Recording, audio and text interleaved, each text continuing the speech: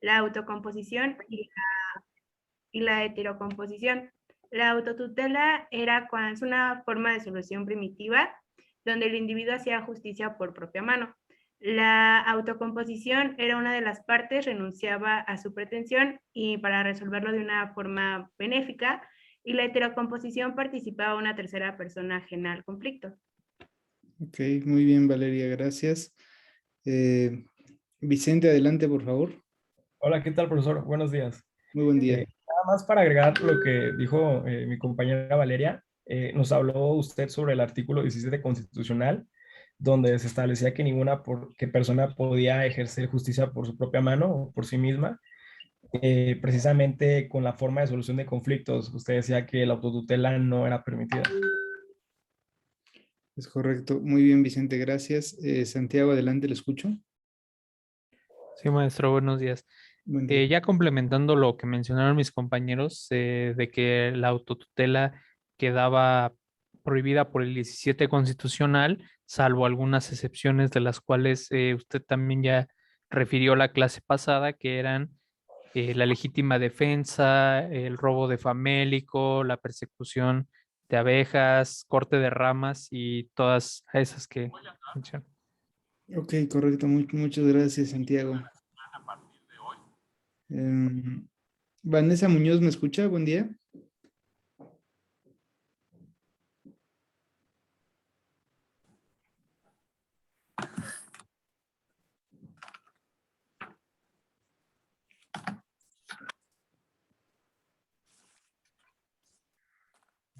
Pamela, ¿me escucha? Buen día.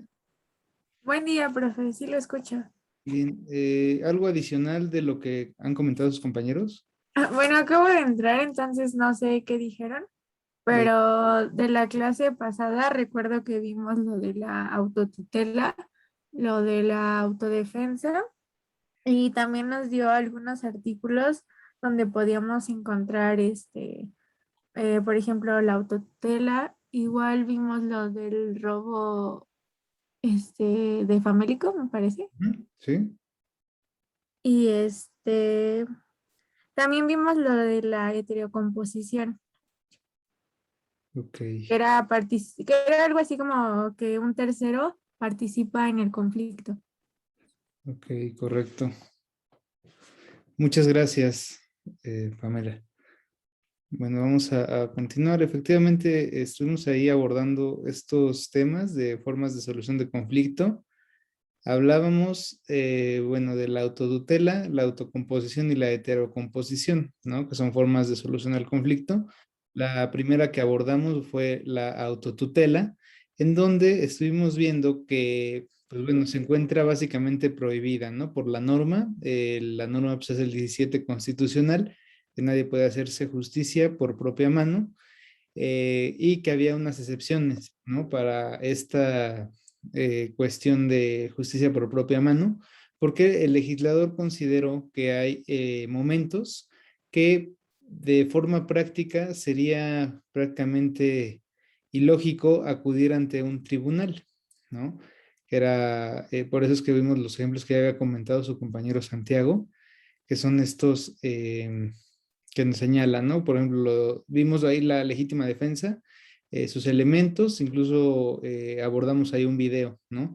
En donde señalaban cuáles eran sus elementos principales para que se pudiera señalar, pues realmente que hay una legítima defensa, ¿no? Bueno, el estado de necesidad, derecho de retención, con el tema de lo del equipaje, ¿no? Aquellos hoteles que pueden retener el equipaje hasta en tanto no se le pague, persecución de abejas, corte de ramas, caza de animales, robo de famélico y el despido de trabajadores por patrón, ¿no? Que es pues básicamente lo que estuvimos abordando. Nos quedamos aquí, ¿no? Precisamente en el tema de lo que es la autotutela o despido de trabajadores por patrón, el cual se encuentra previsto en el artículo 123, fracción 22ª de la Constitución, que es una cuestión de autotutela, ¿no? Bueno, aquí hay un breve señalamiento que nos dice la autotutela o autodefensa, recuerden que es muy similar, ¿no? Básicamente, se puede expresar como el ejercicio de una potestad de uno de los sujetos en litigio. Podemos apreciar una facultad disciplinaria que se le confiere a la administración pública para imponer por sí misma sanciones administrativas a los servidores públicos que incumplen con sus obligaciones.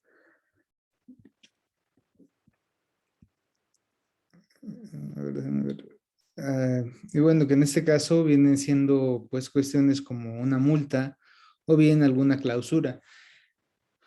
Por ello es que, bueno, ¿por qué lo dicen así? Porque, bueno, al menos para el tema de la multa, no necesariamente se sigue un procedimiento, ¿no? Ustedes, quienes tengan vehículos, saben de qué hablo, pues simplemente llega un policía, los detiene, les pone su infracción y pues ya sin ningún procedimiento que haya en ese momento dado, ¿no? Eso no exime que posteriormente se pueda combatir la multa posteriormente a través de un proceso administrativo, ¿no? O incluso de un amparo. Pero la simple imposición de esta, pues es llegan y le ponen su multa, ¿no? Por último, en la autotutela tenemos el derecho de huelga, ¿no? La huelga como una forma de autotutelar los derechos de los trabajadores. Nos señala que es un medio de presión que utilizan los trabajadores, previsto ya lo había comentado en la Constitución, y se busca para poder equilibrar los factores de la producción y armonizar los derechos del trabajo con los del capital. Se autoriza la huelga de los trabajadores al servicio del Estado solo cuando se violen de manera general y sistemática los derechos que en ese artículo se establecen. Dado el caso, no sé si ustedes llegaron a escuchar de en recientes notas, un asunto respecto de una minera allá en el estado de Sinaloa. La minera que está, ¿cómo se llama? La minera se llama Cozalá, está ahí en un poblado de Sinaloa, cerca de Mazatlán, en donde, pues bueno, los trabajadores se encargan de estar extrayendo mineral de una mina, pero por alguna circunstancia en donde, pues bueno, son más que nada factores políticos, ¿no? Porque se disputan mucho en materia laboral lo que vienen siendo los contratos colectivos. ¿Quién es el titular del contrato colectivo? Y eso no nada más en el sindicato minero, sino pues en algunos otros que también se llegan a dar, tal como es el caso de los trabajadores aeroportuarios. Estos trabajadores que están en el aeropuerto, pues también tienen su sindicato y el que detente la titularidad de dicho contrato va a ser obviamente el que más tenga recursos, ¿no? Porque van a ser a quienes se les van a pagar las cuotas sindicales, entre muchas otras cosas. Entonces, la mina que yo les refiero, la mina de Cozalá, tuvo un tema, prácticamente por eso es que se prestan muchas veces a decir es que son mafias, y pues sí, no podemos denominarle de otra manera, y ustedes podrán sacar su conclusión respecto a este tema, ¿no? Dice, estaban los trabajadores laborando de forma cotidiana, cuando de pronto, pues bueno, viene un sujeto que es conocido, muy conocido en el gremio minero, un señor de nombre Yacer Beltrán, y él señala que pretende quedarse con ese contrato colectivo de los mineros del sindicato minero, ¿no? Decir que pues él se lo iba a llevar. Entonces, algunos dijeron que no estaban de acuerdo, los dueños de la mina también le dijeron que no le iban a dar el contrato a él, y este sujeto lo que hace es convocar a una huelga, ¿no? Entonces llegan y convoca una huelga diciendo supuestamente que los trabajadores no tenían las condiciones sanitarias salubres y que la mina estaba pues muy peligrosa para estar trabajando ahí, y empiezan un paro de labores, ¿no? Entonces,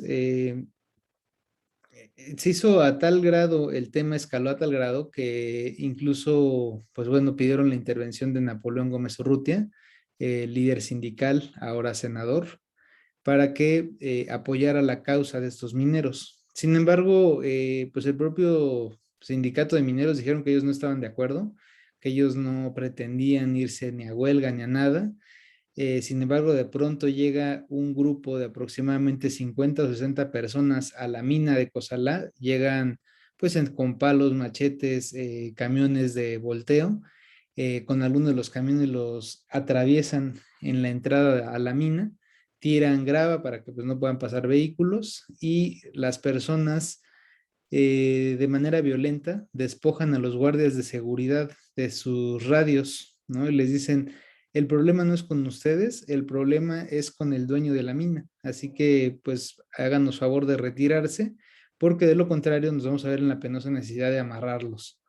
Entonces, bueno, pues ya las personas que estaban ahí se retiran de la mina y el problema comienza en, si no mal recuerdo, en enero de 2020, 26 de enero de 2020 a la fecha, la mina pues está, podríamos decirlo, está tomada, ¿no? Nadie puede entrar, nadie puede salir.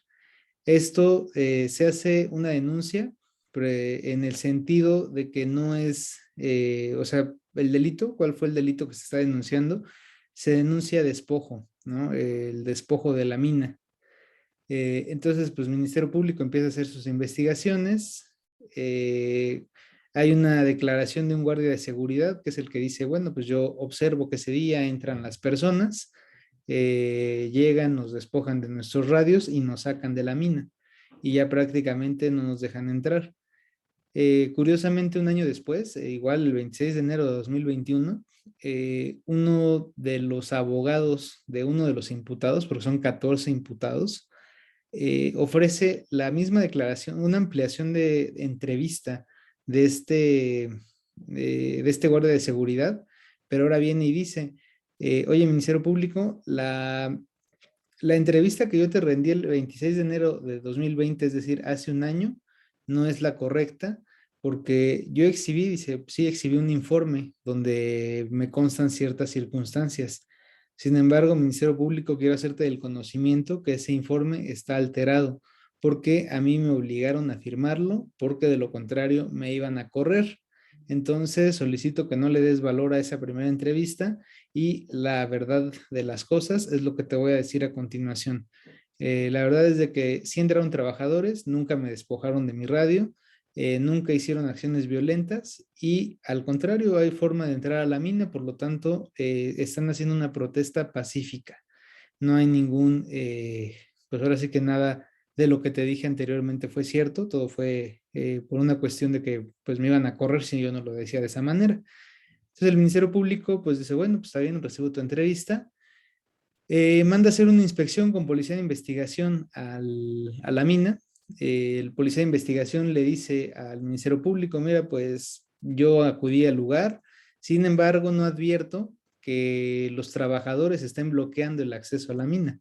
Únicamente se aprecian que hay unas personas sentadas, hay mantas en diferentes partes del lugar, en donde dicen que pues no están de acuerdo con lo que está pasando en la mina, que no se les han garantizado sus derechos como trabajadores y por lo tanto pues están manifestándose. La defensa exhibe como acto de investigación una copia de una resolución de un juicio laboral, de un laudo, pero el Ministerio Público no revisa de qué se trata ese laudo. Ustedes sabrán, y eso lo vamos a ver en un momento. Las formas para dirimir un conflicto, vamos a tener en primera instancia las sentencias que son emitidas por un juez, ¿no? En un proceso jurisdiccional a manera de heterocomposición, son sentencias las que van a dictar los jueces. Pero en materia laboral, lo que dirime la controversia no es una sentencia, es un laudo, ¿no? Entonces, en materia laboral, ustedes van a decir, bueno, pues el laudo que dirimió el conflicto con los trabajadores, ¿no? Nunca vayan a decir que es una sentencia porque eso es incorrecto. Se llama laudo. Entonces, aquí lo que hace la defensa de uno de los trabajadores es ofrece un laudo en donde supuestamente él argumenta que con eso se acredita que efectivamente la huelga pues es legal, ¿no?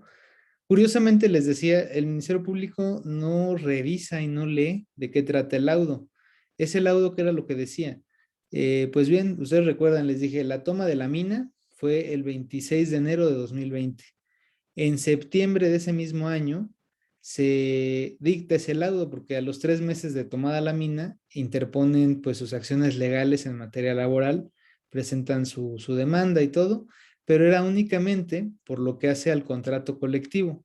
Y la Junta de Conciliación y Arbitraje le dice pues a estas personas, pues sí, está bien, te reconozco que tú tienes el derecho a reclamar ese contrato colectivo. Únicamente eso es lo que le dice. Pero ya con eso, el Ministerio Público toma la determinación de dictar un no ejercicio de la acción penal, que eso lo vamos a ver más adelante. Formas de terminación de la investigación. O sea, al momento que se dicta un no ejercicio de la acción penal, ¿qué es lo que quiere decir? Nos dice el artículo 255 del Código Nacional.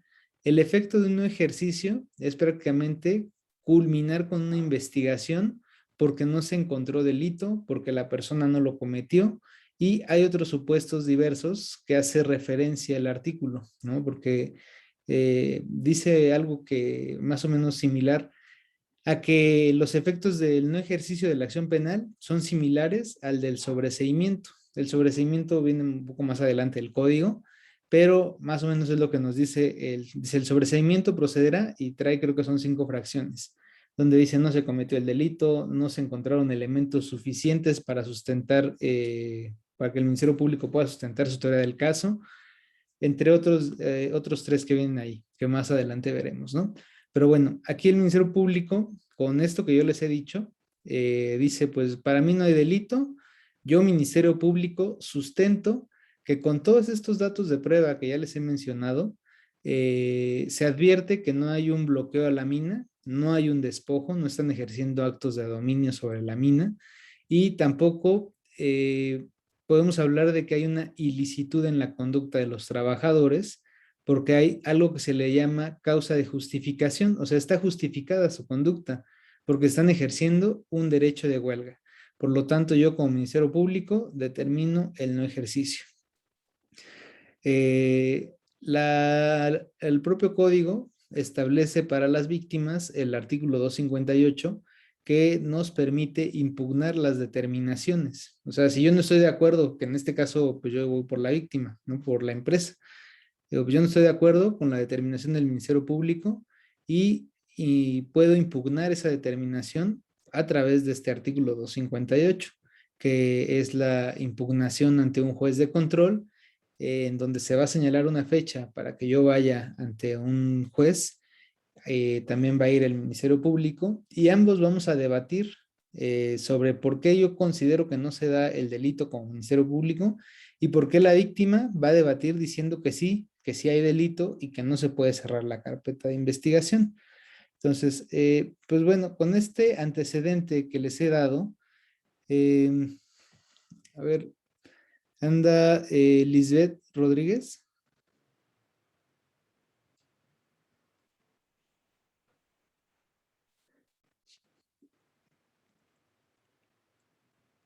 Bueno, si no está Lisbeth,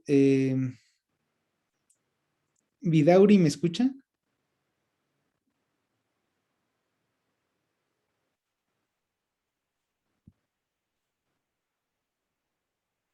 Tiene problemas con su micrófono. Vidauri, ¿anda por ahí?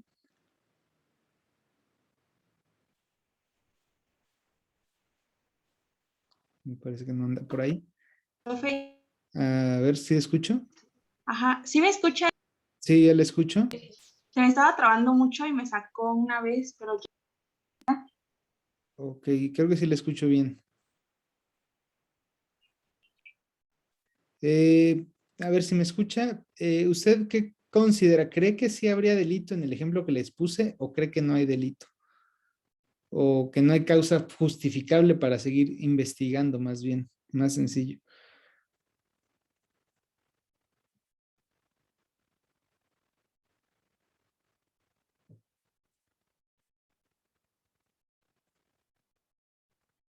Yo creo que se le ha de trabar su micrófono, ¿verdad? Jocelyn Retana, ¿me escucha? Sí, profe, sí lo escucho. Gracias. ¿Usted qué opina al respecto? ¿Cree que hay elementos para poder seguir investigando o de plano el Ministerio Público tendrá la razón de decir que no hay delito? Pues, bueno, es que bien no sé porque, o sea, digamos que al inicio decía que prácticamente habían despojado a los policías que estaban ahí, pero entonces, bueno, ahí en mi opinión diría que pues sí se seguiría con, bueno, con la investigación, pero cuando dicen que ya, o sea, que prácticamente eso no fue cierto, o sea, como que me confundí un poco, entonces ya no entendí bien si, o sea, no entendí, bueno, o sea, no entendí bien cómo es lo que sucedió ahí. Entonces, a partir de eso, el Ministerio Público decidió que ya, o sea, ya no había nada que hacer o cómo. Así es, así es. A partir de esa declaración, de esa segunda declaración, el Ministerio Público dice, pues bueno, yo veo que no hay delito porque esta persona me dice que nunca hubo despojo y que su primera declaración pues no tendría que ser tomada en cuenta. Entonces, por eso es la pregunta. Pues diría que ya no, porque prácticamente se manifestaron de forma pacífica y, o sea, no cometieron algo más, o sea, nada más están manifestando sus, ay, ¿cómo se llama? Sus inconformidades. Ok, bien, gracias, Jocelyn. Jackie, por ahí tenía la mano levantada. Sí, es que no sé si es como un delito que se persiga por querella o que la investigación puede seguir a pesar de esa declaración. ¿Usted cree que se puede, usted, Jacqueline misma, usted cree que, por ejemplo, si usted, Jacqueline, va al Ministerio Público y denuncia a su compañera Pamela, ¿no? Le dice, "Ah, es que Pamela me robó una pluma", y eso va al día de hoy, ¿no? Y posteriormente, el viernes, usted acude y le dice al Ministerio Público, ay, no, es que no me la robó Pamela porque pues, la verdad es que yo la tenía en mi lapicera y lo dije porque tuve miedo de que me regañaran en mi casa de que perdí una pluma. ¿Usted considera que eso es correcto, que no hay ninguna consecuencia jurídica? No, yo creo que debe de haber una consecuencia para la persona o sea, que cambia la declaración. ¿Cómo cree O que sea, se porque llame debe de esa? tener responsabilidad social de acuerdo a sus palabras, yo creo. Ajá. ¿Cómo cree que se llame esa conducta de variar las entrevistas? Híjole, no sé cómo se llame en concreto. Ok, muy bien, muchísimas gracias, ya que Santiago, ¿lo escucho? ¿No configuraría el delito de falsedad de declaraciones, maestro? Es correcto, Santiago. Totalmente de acuerdo. Pues bueno, obviamente se da un delito, ¿no? O nosotros no podemos acudir ante el Ministerio Público a decir una cosa y después acudir y decir otra. ¿Y esto por qué? Porque cuando acudimos al Ministerio Público, hay todas las personas, con excepción de la persona imputada, es decir, de quien comete un delito, a quien se le acusa de la comisión de un delito. De ahí en fuera a todas las personas se les protesta que se conduzcan con verdad, principalmente a los testigos, ¿no? Al testigo se le dice, a ver, señor, se le protesta para que en términos del artículo tal, eh, se conduzca con verdad y se limite únicamente a decir todo lo que le sabe y le consta, porque de lo contrario usted puede incurrir en el delito de falsedad previsto en tales artículos y sancionado con tales penas, ¿no? Les digo por tales porque no en todos los estados son los mismos artículos, obviamente van variando, ¿no? Entonces, eso es la protesta. Por ejemplo, en Estados Unidos, ya ven que les ponen, les hacen jurar sobre la Biblia, ¿no? Y esa es una declaración jurada. En México, pues no tenemos eso, pero lo que sí tenemos es la protesta. Yo te protesto para que te conduzcas con verdad y si mientes, puedes incurrir en alguna de estas penas. Entonces, primeramente, se había dicho, Ministerio Público tenía la razón para dar por cerrada esa investigación de la mina de Cozalá. La respuesta es no, porque simplemente con ese primer argumento se le puede pues dar la vuelta a la propuesta de no ejercicio. Daniela, ¿le escucho?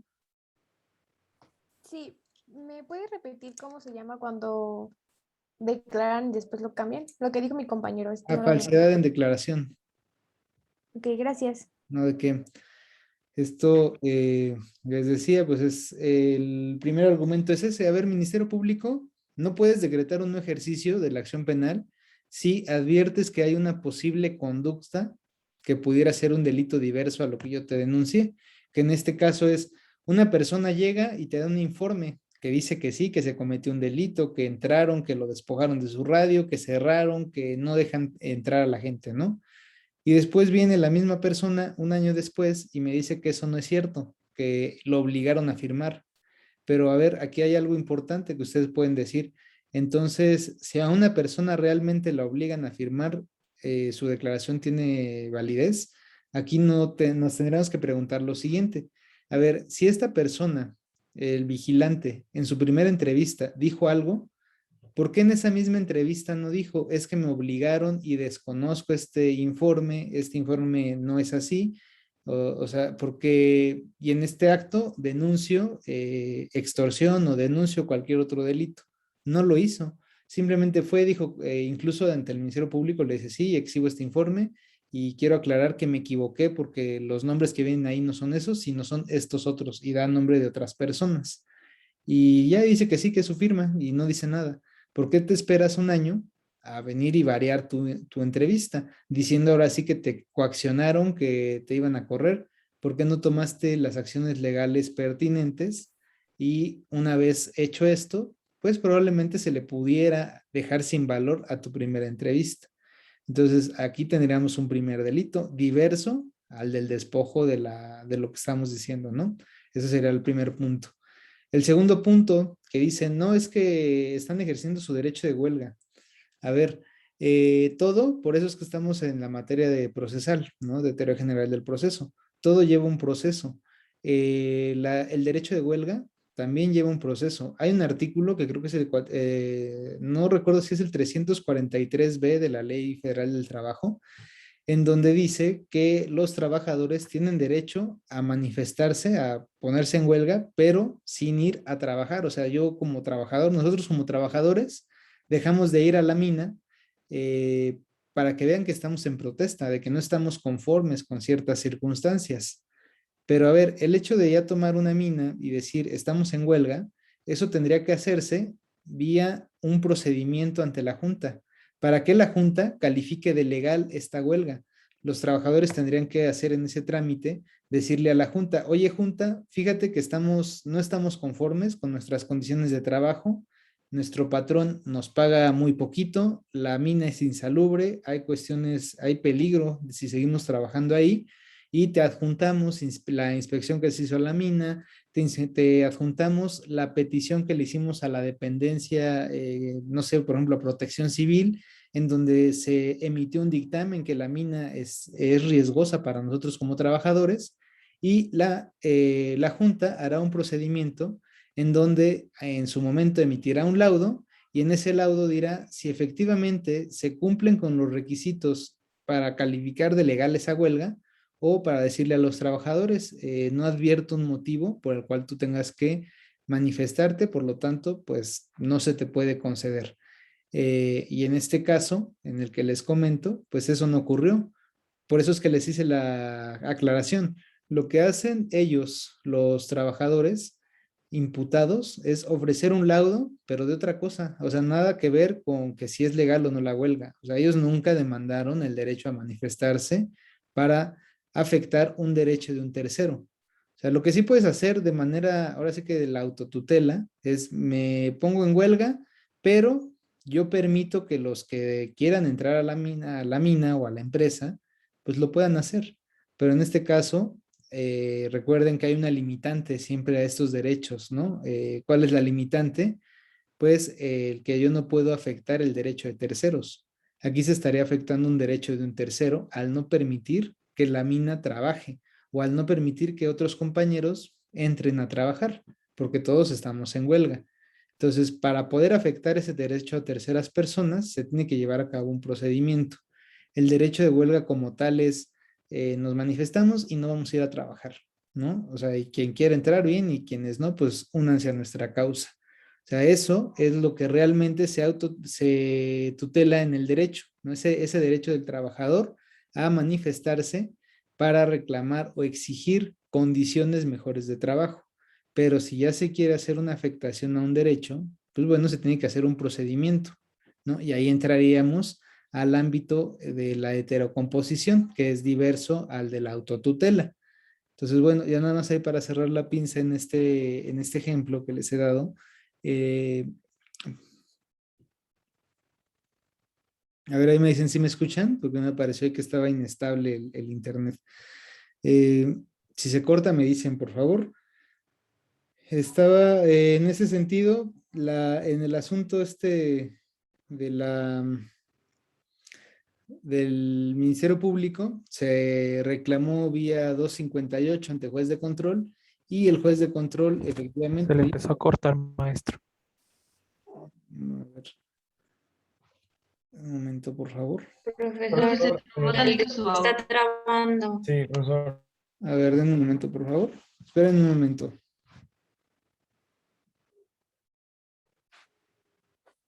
Esperen un momentito. Bueno, les comentaba, ya para cerrar la pinza respecto a este ejemplo, se llevó a cabo la impugnación ante el juez de control. El juez de control efectivamente dijo, no hay elementos para determinar ya la investigación que ha culminado y por lo tanto, Ministerio Público, tienes que agotar todas las líneas de investigación. La documentación que se le llevó no fue suficiente y se le ordenó investigar posibles delitos relacionados con pues ese informe que les había dicho, ¿no? O sea, que se abriera la investigación por la posible falsedad y pues el asunto continúa, ¿no? Bien, ahora por lo que hace a esta otra forma, que es la autocomposición. ¿A qué se refiere? Pues bueno, al igual que la autotutela, la autocomposición es un medio de solución parcial porque proviene de una o ambas partes, ¿no? Que intervienen en el conflicto. La autocomposición puede ser unilateral cuando es obra de una de las Profesor. partes. ¿Mande? Es que se trabó, profesor, otra vez. Se trabó otra vez. A ver, esperen un momento. A ver, ahí si me escuchan. Sí, ¿Qué, profe. maestro? Sí, profe. Gracias. Les decía que, bueno, la autocomposición la vamos a tener de dos formas, bilateral y unilateral. Obviamente la unilateral es cuando solamente la persona es la que va a tratar de dirimir la controversia sin oponer esta resistencia como vendría siendo en la autodefensa, ¿no?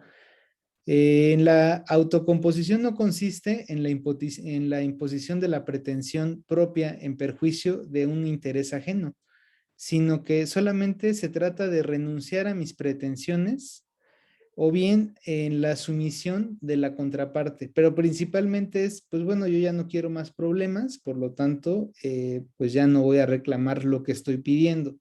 O bien, o la otra persona dice, bueno, pues me está reclamando, pues vamos a llegar a un acuerdo y yo ya no muestro esta resistencia a poder cumplir con el problema, ¿no? O sea, pues, prácticamente con esto se podría estar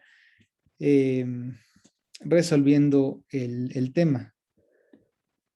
Probablemente sea un poco complejo, pero ahorita lo iremos desglosando para que tengan una mejor idea de qué es lo que significa la autocomposición como tal, ¿no? La renuncia a una pretensión propia o la sumisión de la contraparte la podremos tener como resultado de una negociación equilibrada en donde va a satisfacer de manera limitada los intereses de ambas partes, ¿no? Y vamos a tener, obviamente, diversas especies de autocomposición. Aquí las tenemos, que es prácticamente, pues es el desistimiento. Tendremos el perdón del ofendido, el allanamiento y la transacción, ¿no? Son principalmente esos.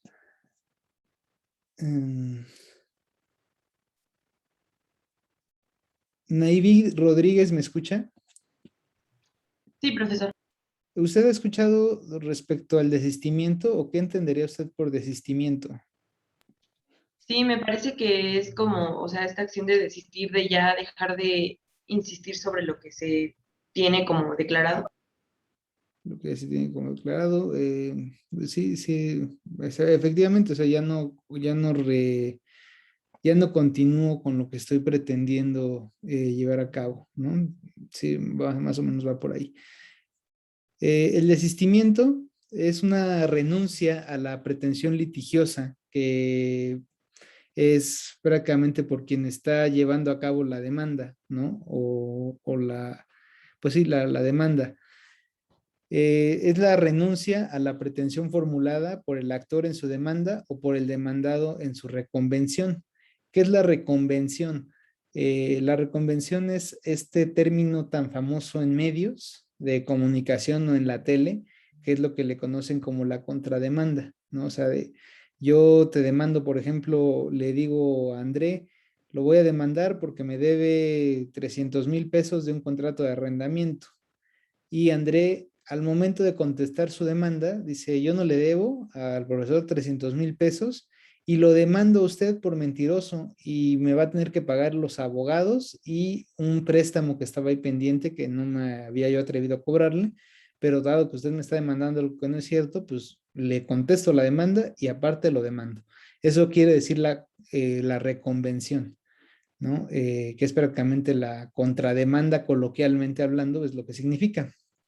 Entonces, en el desistimiento, ya sea que el demandante o el actor se desista y diga, bueno, pues ya no es mi deseo continuar con el presente asunto, o bien que la persona que ha contestado la demanda y que reconvino, decir, pues no, ya no me interesa continuar con esta parte, ¿no? El artículo 34 del Código de Procedimientos Civiles para el Distrito Federal distingue con algo un poco confuso dos tipos de desistimiento. Nos dice el desistimiento de la acción y el desistimiento de la instancia. El desistimiento de la acción es prácticamente extingue la facultad para poder demandar, a pesar de que el demandado no lo quiera. Por ello, este tipo de desistimiento proporciona una solución definitiva al litigio, ya que la parte actora no puede volver a demandar. Es decir, yo me desisto de mi acción de demandarte. Entonces, yo ya no te voy a poder demandar después. Simplemente, ni el demandado puede decir, oye, pero ¿por qué no me vas a reclamar? Simplemente, si el actor renuncia a su derecho, prácticamente ese desistimiento de la acción es renunciar al derecho, ¿no? Yo estoy renunciando a mi derecho de demandarte y ya no lo va a poder hacer pues en un futuro porque ya está así. Entonces, pues es importante en materia civil poder especificar si me voy a desistir de la acción o me voy a desistir de la instancia. Cuando hablo del desistimiento de la instancia o desistimiento de la demanda, únicamente estoy dejando de insistir en mi demanda, renunciando a que el juzgado continúe conociendo del asunto. O sea, simplemente voy y digo, pues ya no es mi deseo continuar del asunto, me desisto de la instancia y me regresan mis documentos. En un momento dado más adelante, yo podré volver a demandar, pero ante otro juzgado, ¿no? Entonces, por eso es la diferencia entre desistimiento de la acción y desistimiento de la instancia. Este último solo es una renuncia a los actos del proceso, por lo que se deja a salvo la acción intentada, lo cual, pues bueno, posteriormente lo voy a poder llevar a cabo, ¿no? O sea, recuerden, desistirse de la acción, ya no puedo volver a demandar, pero si me desisto de la instancia, solamente me desisto de los actos procesales en ese momento y posteriormente los podré volver a llevar a cabo ante otro juzgado presentando una nueva demanda, ¿no? Entonces, pues bueno, básicamente eso es a lo que se refiere esta figura del desistimiento, ¿no? Yo ya no quiero llevar a cabo por alguna circunstancia, ya no quiero llevar a cabo la demanda y me desisto. O sea, digo, ya no es mi deseo continuar con el presente asunto y retiro la misma, ¿no? Entonces, con eso estaremos hablando referente al desistimiento. Alejandro Ortiz, buen día. ¿Le queda, Buenos días. cómo lo ve usted este tema del desistimiento? ¿En qué sentido? De lo que acabo de referir, no sé si me lo puede decir con sus palabras. O sea, los distintos pues, podría ser como un sinónimo a una renuncia en sí. Ajá. Yo no conocía el término de reconvención, ahorita ya lo tengo aquí todo, que es el término conocido como contrademanda. Ajá. Y bueno, tampoco conocía la diferencia entre desistimiento de acción y del proceso, en donde sí se puede pues continuar después con la demanda. Ajá, sí, recuerda, es desistimiento de la acción y el otro es desistimiento de la instancia, ¿no? Ah, sí. Ajá, ok, correcto, muy bien, gracias. Jonathan, ¿lo escucho? Sí, profesor, me queda una duda, es que no sé si, bueno, ¿cuáles son las formas de desistimiento entonces? ¿Sería de la demanda, de la instancia, de la pretensión y de la acción? ¿O No, nada más son dos, nada más dos? son dos. Son dos, que es el desistimiento de la acción, cuando yo ya no puedo volver a demandar porque estoy renunciando a un derecho, y el desistimiento de la demanda o de la instancia, que en este segundo caso solamente estoy renunciando a los actos procesales. O sea, yo ya renuncio de estar que siga conociendo ese juzgado, pero posteriormente podría volver a demandar ante otro juzgado. Entonces, son nada más estas dos formas, recuerden, de desistimiento de la acción y desistimiento de la instancia o de la demanda. Vicente, ¿lo escucho? Profesor, yo tengo una duda. Por ejemplo, ¿en qué caso puede o nosotros podemos llevar a cabo el desentimiento de la instancia? O sea, como en qué momento puede ser apto hacerlo? El desistimiento de la instancia, me parece que es hasta antes de que se le notifique a la otra parte, o sea, antes de que se le emplace. ¿Por qué? Porque si se le emplaza, ya no me puedo yo desistir de manera unilateral. En ese caso, se advierte que hay un desistimiento unilateral, porque, pues, por ejemplo, yo voy, presento mi demanda, el juez la revisa y la va a admitir. En ese momento yo le puedo decir, oye, juez, ¿sabes qué? Me desisto de la instancia, no es mi deseo continuar, porque estoy en pláticas, por ejemplo, estoy en pláticas de resolver el asunto con la otra parte. Entonces, si la otra parte se entera que lo acabo de mandar, puede que se caiga la negociación. Entonces, me regresan mis cosas. Pero si ya metí mi demanda, el juez ya emplazó a la otra parte, ya le notificó y el otro tiene que contestar, entonces ahí ya no me puedo yo desistir de la instancia porque la otra parte le tienen que notificar, oye, otra parte, oye, parte demandada, pues están desistiendo de la instancia. ¿Tú qué opinas? ¿Estás de acuerdo? Y la otra parte puede decir, no, yo estoy, se tiene que seguir el asunto porque ya estamos en el proceso. Entonces tiene que ser hasta antes de que se le notifique. Sin embargo, el desistimiento de la acción, ese sí es unilateral, porque aunque ya vaya avanzado el asunto, ya vayan, por ejemplo, en el desahogo de pruebas, si el actor dice, pues bueno, me desisto de la acción, es decir, ya no quiero continuar con el asunto, no me interesa el derecho a que le pueda reclamar, entonces ahí sin que le tengan que avisar a la otra parte, le van a decir, ¿sabes qué? El problema se acabó, tu parte demandante se acaba de desistir de la acción, renunció a su derecho. Por lo tanto, el proceso se termina, o sea, ya culminó. Esas son las formas en las que se pueden llevar a cabo los desistimientos y en los momentos procesales. No sé si le quede claro, Vicente. Sí, profesor, muchísimas gracias. No, de que a usted, y creo que Santiago tenía ahí algún comentario que realizar. Era una pregunta, maestro, similar a la de mi compañero Vicente y con relación a con qué fin se podría llevar a cabo este desistimiento de la instancia.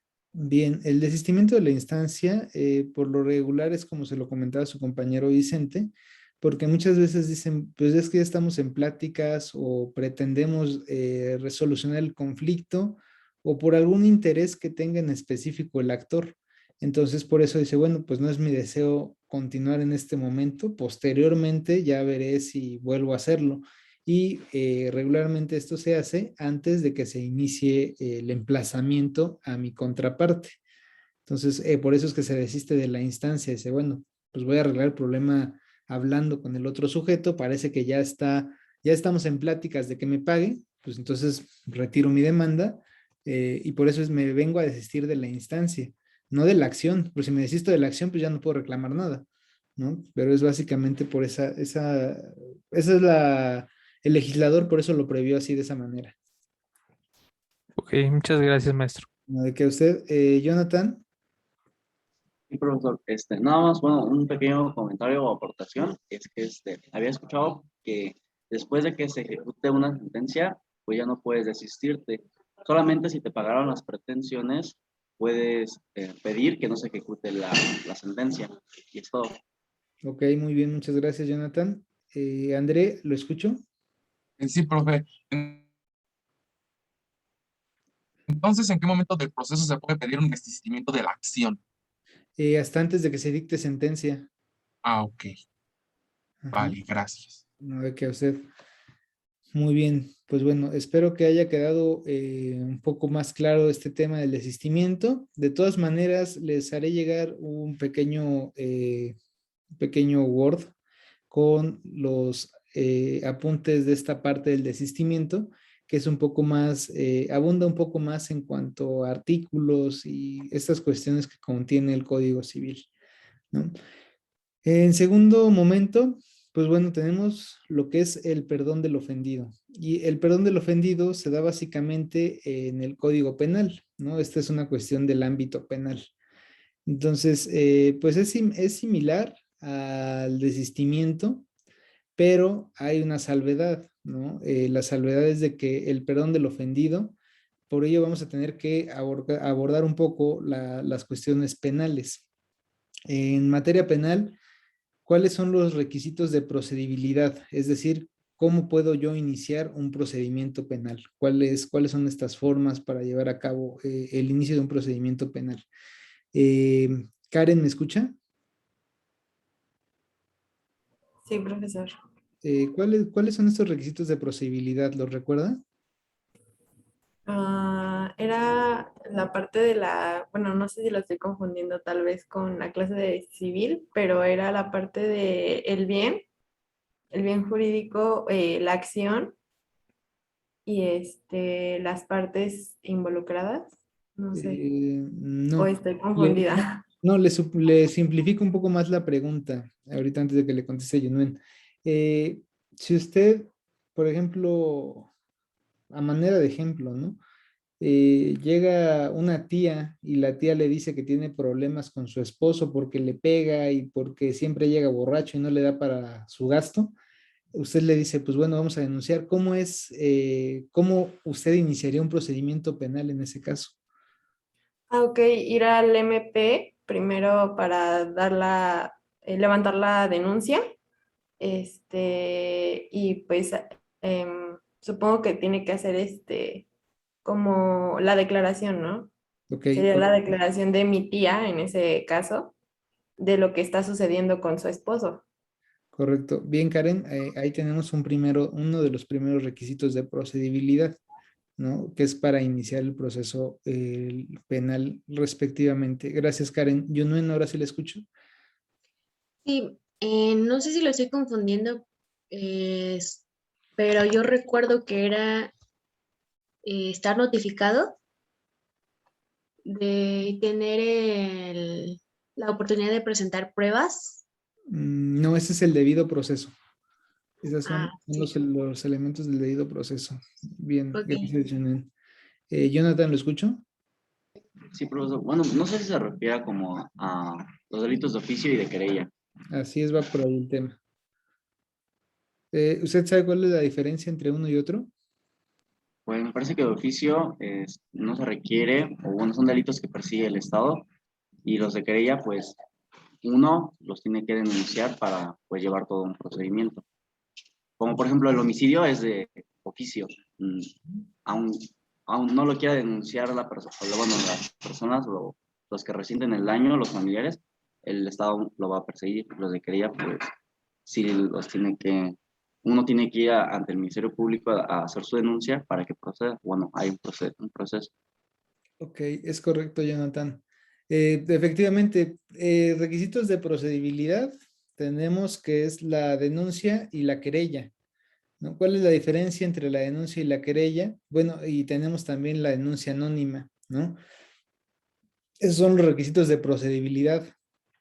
Necesito cumplir con ellos para poder dar inicio al procedimiento penal. Para que se pueda iniciar una investigación, yo requiero de ponerle conocimiento a la autoridad.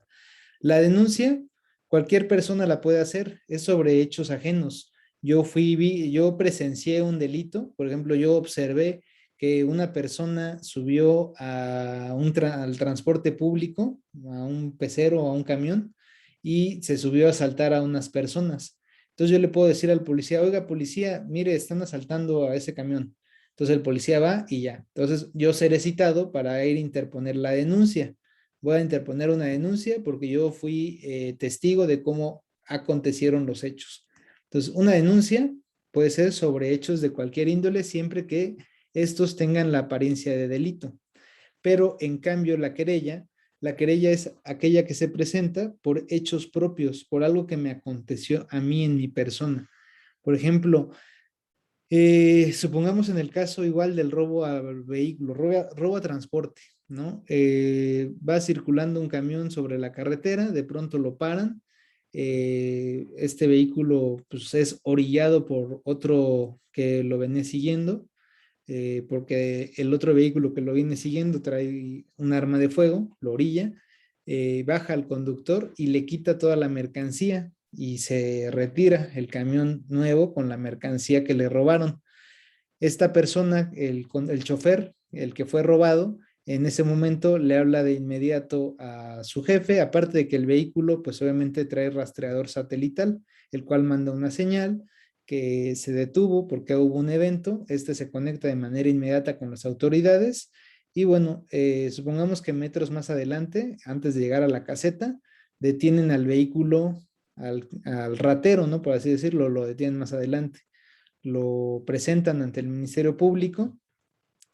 ¿Y qué es lo que van a necesitar? El chofer va a denunciar el robo al vehículo, ¿no? Al transporte. Pero vamos a necesitar la querella del apoderado legal de la empresa, del dueño al que le robaron esta mercancía. Supongamos que es un camión, no sé, de Sabritas o de Coca-Cola, ¿no? Al que le robaron.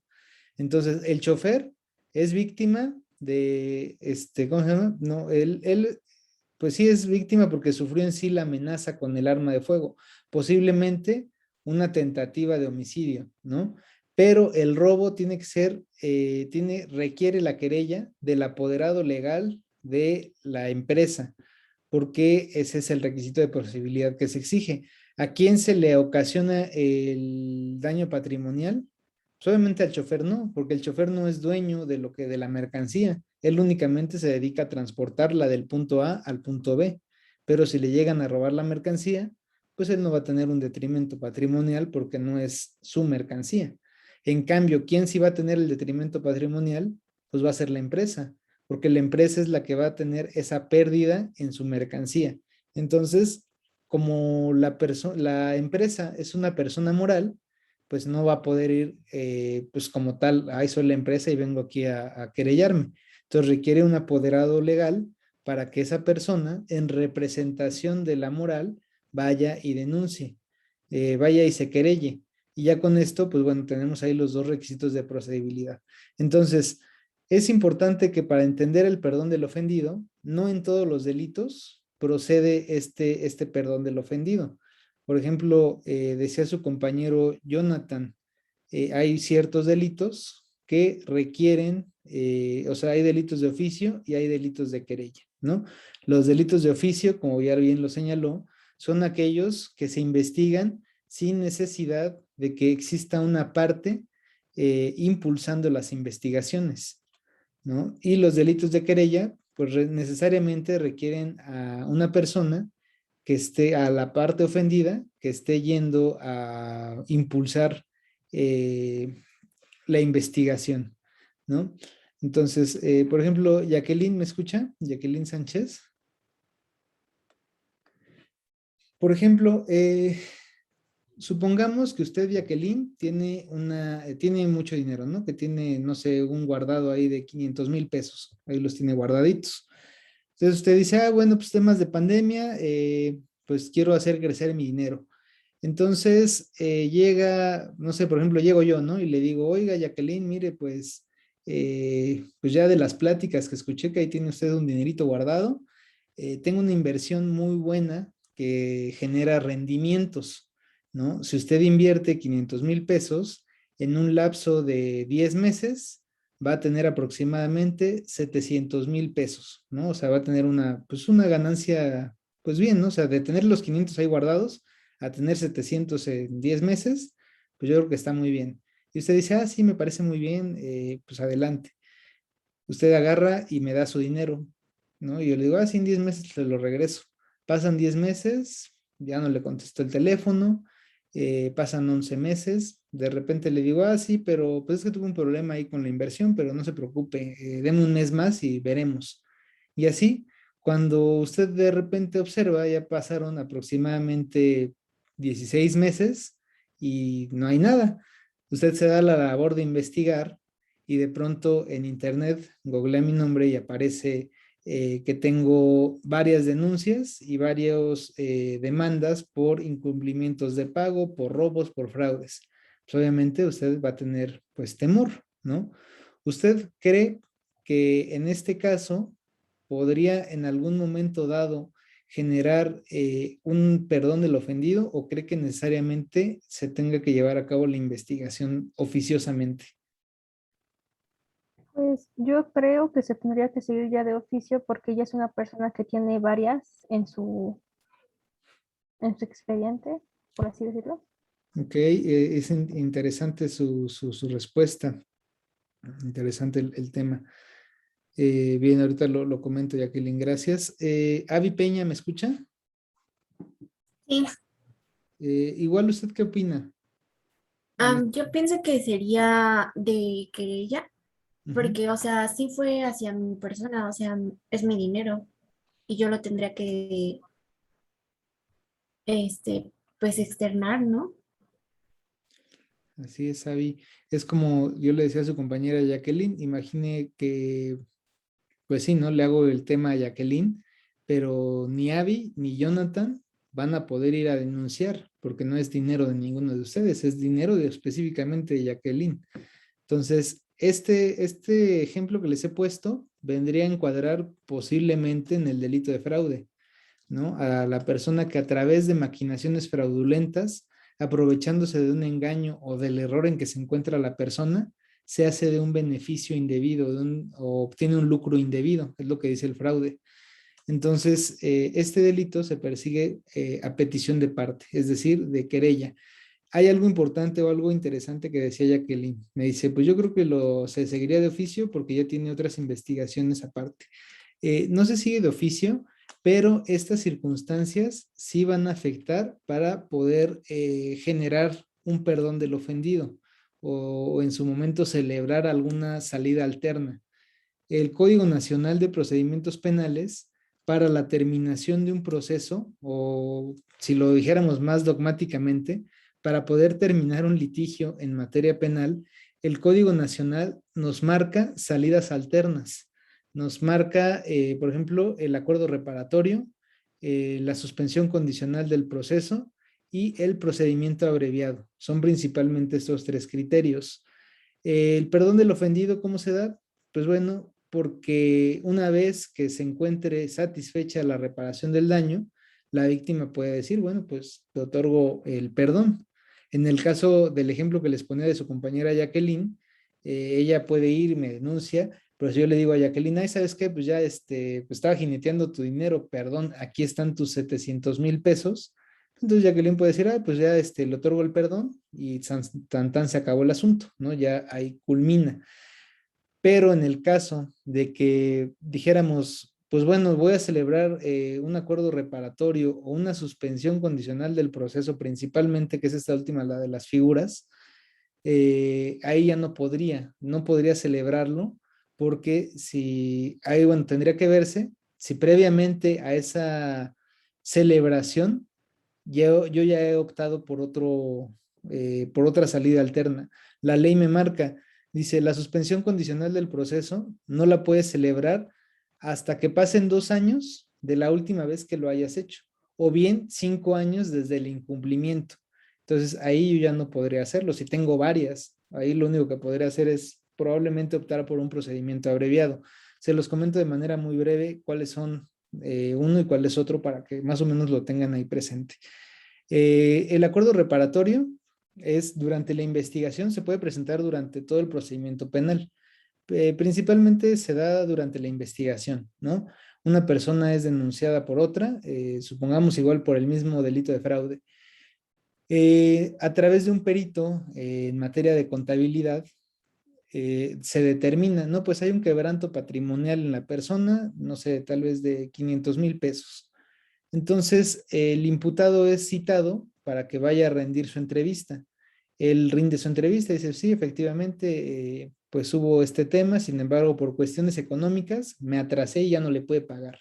Pero en este momento es mi deseo llegar a un acuerdo reparatorio y culminar con esta investigación. Entonces el Ministerio Público dice, ok, puede hacer dos cosas. El Ministerio Público le puede decir, pues bien, pónganse de acuerdo y en cuanto ya se hayan satisfecho la reparación del daño, me dicen y aquí, aquí hago el acuerdo donde se termina la investigación y se acabó. O la otra, que es la más común, el Ministerio Público dice, bueno, van a llegar a un acuerdo reparatorio, los canalizo al área de mediación para que a través de un mediador se celebre un convenio y ese convenio haga las veces de una sentencia, ¿no? Donde diga, bueno, pues las partes se comprometen a no molestarse, el imputado le va a pagar y le va a pagar en tal mes. Entonces, una vez que ya le pague, se firma el convenio y ese convenio se exhibe ante el Ministerio Público y se termina. Es similar al perdón del ofendido, ¿no? Es más o menos hace las veces de lo que viene siendo los acuerdos reparatorios, ¿no? La suspensión condicional del proceso, ¿a qué hace referencia? También es para acabar con el proceso, pero esta solamente se puede proponer una vez que se ha dictado el auto de vinculación a proceso. Es decir, que se ha llevado a cabo ya la audiencia inicial y a la persona se le vinculó a proceso. Por eso es que el propio nombre lo dice y es lógico, ¿no? Suspensión condicional del proceso. ¿Cuándo inicia el proceso? El artículo 211 del Código Nacional nos dice que el proceso inicia una vez que se ha dictado el auto de vinculación. Entonces, para que yo pueda pedir la suspensión condicional del proceso, tengo que ver cuál es la media aritmética de la pena. ¿Qué es la media aritmética? Es la suma de la mínima de la pena con la máxima entre dos, lo que me dé ese resultado. Por ejemplo, el delito de violencia familiar previsto en el 200 bis del Código Penal establece que la sanción será de 1 a 6 años. ¿Cuál es la media aritmética de ese delito? Pues tengo que sumar 1 más 6, pues son 7, entre 2, 4.5. Ese delito me alcanza para una suspensión condicional del proceso.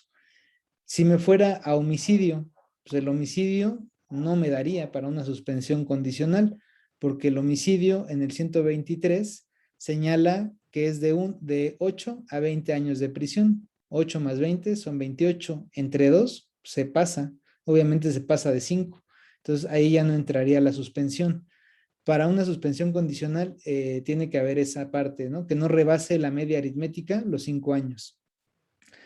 Entonces, esa suspensión depende del tipo de delito, principalmente que no rebase esta media aritmética para que yo la pueda celebrar. Supongamos que no la rebasa. ¿Qué es lo que sigue? Se tiene que cubrir la reparación del daño y se tiene que someter a condiciones el imputado, como cuáles, como no acercarse a la víctima, tener trabajo estable, tener un domicilio fijo, someterse a tratamiento psicológico, entre otras, ¿no? Y esto lo va a tener que cumplir durante 6 meses. Una vez que cumpla con esta suspensión, la pretensión punitiva culmina y ya el asunto se acaba. Y la persona no se le genera un antecedente penal. Es decir, pues bueno, pues ya la persona puede continuar con su vida normalmente. Tendría que pasar 2 años para que pudiera celebrar otra suspensión condicional. De lo contrario, no podría celebrar otra suspensión. O bien, si la persona incumplió, tendrían que pasar 5 años, ¿no? Pero bueno, esa es la parte de la suspensión condicional del proceso. Y la última, que es la de procedimiento abreviado. Procedimiento abreviado, pues es otra forma de terminación igual del problema, en donde el imputado va a aceptar su responsabilidad sobre los medios que está llevando a cabo el Ministerio Público o que pretenda llevar a juicio. ¿Cuándo se puede pedir un procedimiento abreviado? Una vez que ya se le vinculó a proceso a la persona y hasta antes de que se dicte un auto de apertura a juicio. Se los manejo de muy grosso modo, porque esto ya lo verán en su materia de procesal penal, espero que lo vean. El procedimiento abreviado es eso, o sea, si le dice el Ministerio Público, señor fulanito de tal, usted con su conducta engañó a Jacqueline y de esa conducta obtuvo 500,000 pesos. Lo cual usted sabía que no iba a poder pagar porque no contaba con la solvencia, que nunca fue su intención pagarle esos 200,000 pesos de intereses, por lo tanto se acredita que cometió una conducta de fraude. Entonces, para un abreviado, es decir, bueno, pues acepto que cometí la conducta, renuncio, no quiero llevar un juicio oral, le pago sus 500,000 pesos a Jacqueline y yo voy a ser sentenciado con la mínima de fraude, ¿no? Que de hecho, a ver, déjenme ahorita les digo rápido cuál es la sanción del fraude, porque esa no la recuerdo.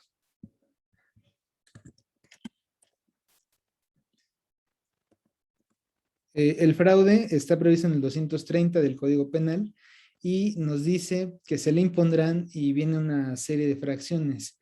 Supongamos que sería prisión de 2 años, 6 meses a 4 años, ¿no? De prisión. Entonces sería 2 más 4 son 6, entre 2 son 3 años, ¿no? 3 años punto 5. Entonces, pues para el procedimiento abreviado, si dice la sanción es de 2 años a 4, de 2 a 4 años, la sanción que me van a imponer va a ser de 2 años, porque el procedimiento abreviado, la ventaja que le da al imputado es de que lo van a sancionar con la pena más baja que contempla el delito, porque a cambio de un reconocimiento de culpabilidad. O sea, yo me digo que yo soy culpable, pero a cambio de eso me vas a dar un beneficio, que va a ser juzgarme con una pena más baja todavía de la que marca la ley.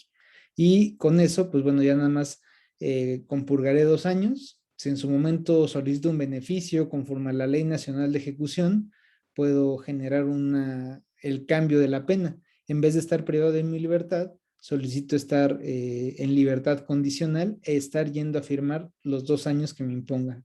Y ya con eso culmino el procedimiento y bueno, la única desventaja es de que esta salida o esta forma de terminación sí le genera un antecedente penal a la persona. Si él después va a querer ir a pedir trabajo y le piden carta de no antecedentes penales, pues obviamente no la va a poder dar, porque ya va a tener el antecedente de ese proceso. Por eso esta figura del procedimiento abreviado no es como tan recomendable, a menos de que digan, no, pues es que este cuate sí, pues cometió el delito, sí lo hizo, pues lo único que queda es pedir un abreviado y pues ver que te impongan una pena mínima, ¿no? Pero bueno, eso es por lo que hace al tema del perdón del ofendido. El allanamiento, ¿a qué hace referencia? El allanamiento es lo que les decía cuando no hay esa resistencia de la persona demandada. Por ejemplo, el sujeto A demanda al sujeto B el cumplimiento de un contrato de arrendamiento que le devuelva su propiedad, porque ya no le está pagando. Entonces la parte demandada, el sujeto B dice, bueno, está bien, efectivamente yo vivo en su casa, no le he pagado la renta, simplemente pues disculpe, me salgo en 5 días y aquí está su casa. Me estoy allanando las pretensiones, no estoy generando una oposición. O que el sujeto A le debe al sujeto B, el sujeto B lo demanda, el otro va y dice, sí, efectivamente, le debo. ¿Cómo dice la frase por ahí? Debo, no tengo, ¿no? Algo así, pago, no debo, no es algo. Entonces, aquí, pues es básicamente eso, ¿no? O sea, el allanamiento no genera una oposición para que se pueda llevar a cabo la pretensión. Simplemente me demandan, yo me allano, digo, sí, está bien, no pongo resistencia. Y por último, la transacción. La transacción es muy similar al desistimiento, ¿no? La transacción tiene que ver, ándele así mero Santiago, gracias. La transacción es similar al desistimiento. Ambas partes se hacen prestaciones con la finalidad de poder llegar a un término, a buenos términos en un conflicto, ¿no? A eso se refiere la transacción. Digo, esta parte, déjenme ver. Esta la vamos a encontrar en el artículo 2944 del Código Civil para el Distrito Federal. Es un contrato por el cual las partes se hacen recíprocas concesiones para terminar una controversia presente o puedan prevenir una futura. Es un medio autocompositivo bilateral porque ambas partes del litigio van a renunciar de manera parcial a sus pretensiones y a sus resistencias, ¿no? O sea, a través de un convenio, por ejemplo, A puede decir, bueno, pues ya no te voy a cobrar lo de la renta, pero únicamente me pagas el interés. Y la otra persona dice, bueno, efectivamente ya no te pago esto, pero solamente te voy a pagar esto otro, ¿no? Entonces, esta es una forma última para llevar a cabo la solución de conflictos. Déjenme ver qué más había. Ok. Pues bueno, hasta aquí, no sé si hay alguna duda.